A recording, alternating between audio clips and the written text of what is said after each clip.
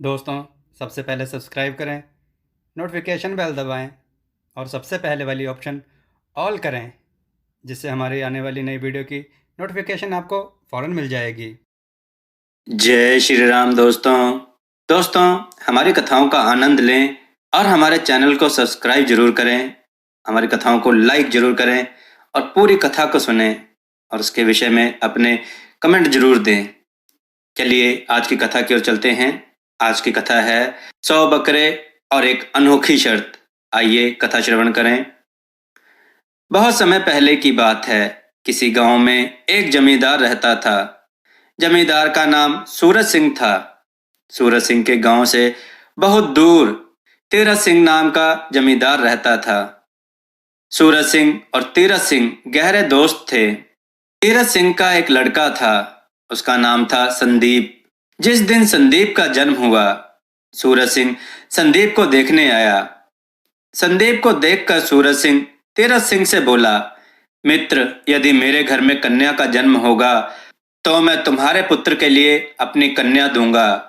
कुछ समय बाद सूरज सिंह के घर पुत्री का ही जन्म हुआ। उसने पुत्री का नाम कोमल रखा। देखते देखते दोनों ब्याह योग्य हो गए। उनकी शादी की तिथि तय हो गई। सूरज सिंह और तीरथ सिंह को शर्त लगाने का बहुत ही शौक था। वे एक दूसरे से शर्त लगाते ही रहते थे। जो शर्त हारता वह दूसरे को जुर्माने के रूप में धन देता था। संदीप और कोमल की शादी के बारे में सूरज सिंह ने तीरथ सिंह से पूछा, आप कितने बाराती लेकर आ रहे हो?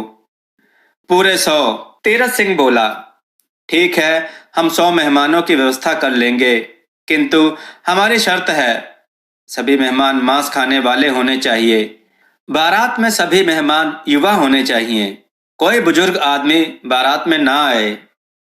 सूरज सिंह को तीरथ सिंह की शर्तों के बारे में पता था। वह कई बार तीरथ सिंह की शर्तों में उलझ भी चुका था।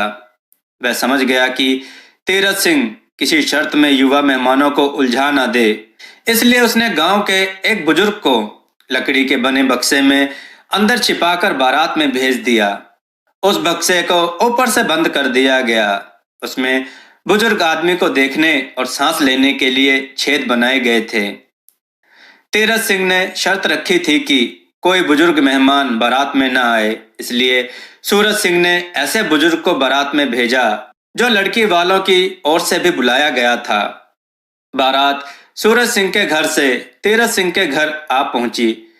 तीरथ सिंह ने बारातियों का खूब स्वागत किया।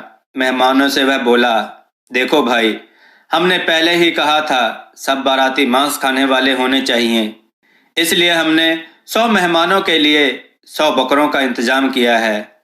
हमारी शर्त यह है कि हर बकरा कटेगा और मांस बचना भी नहीं चाहिए।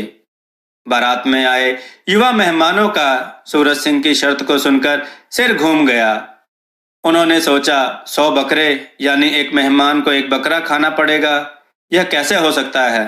अंत में उन्होंने संदूक में छिपाकर लाए बुजुर्ग मेहमान से इसका समाधान पूछा।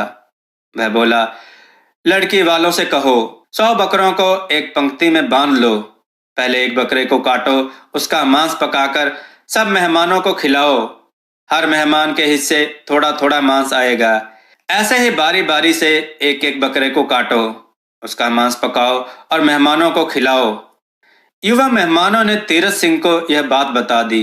वह समझ गया बारातियों में कोई बुजुर्ग अवश्य आया है। ऐसी सलाह कोई बुजुर्ग अनुभवी आदमी ही दे सकता है। उसने खोजबीन की तो लकड़ी के संदूक के अंदर छुपे हुए बुजुर्ग को देखा। बुजुर्ग संदूक से बाहर आया। बुजुर्ग को देखकर तीरथ सिंह मेहमानों से बोला, भाई, तुमने शर्त में धोखा दिया है। हमने कहा था बाराती के रूप में कोई बुजुर्ग नहीं आना चाहिए। यह देखो बुजुर्ग, मैं बाराती नहीं हूँ, मैं तो घराती यानी लड़की वालों की तरफ से ही हूँ। इसलिए शर्त का पालन हुआ है। वह बुजुर्ग बोला, लेकिन तुम संदूक के अंदर क्यों छिपे थे? तीरथ सिंह के इस सवाल को सुनकर वह बुजुर्ग बोला, जैसे तुम्हें शर्त पर शर्त लगाने का शौक है, वैसे ही मुझे संदूक के अंदर छिपकर बारात में आने का शौक है। बुजुर्ग की बात को सुनकर तीरथ सिंह और सभी बाराती जोर जोर से हंस पड़े। दोस्तों, इस कहानी से हमें क्या शिक्षा मिलती है, हमें कमेंट करके जरूर बताएं। अपने विचार और सुझाव कमेंट में जरूर दें। हमारी कथाओं को शेयर जरूर करें जिससे लोगों को अच्छी बातें सीखने को मिले। जय श्री राम भक्तों।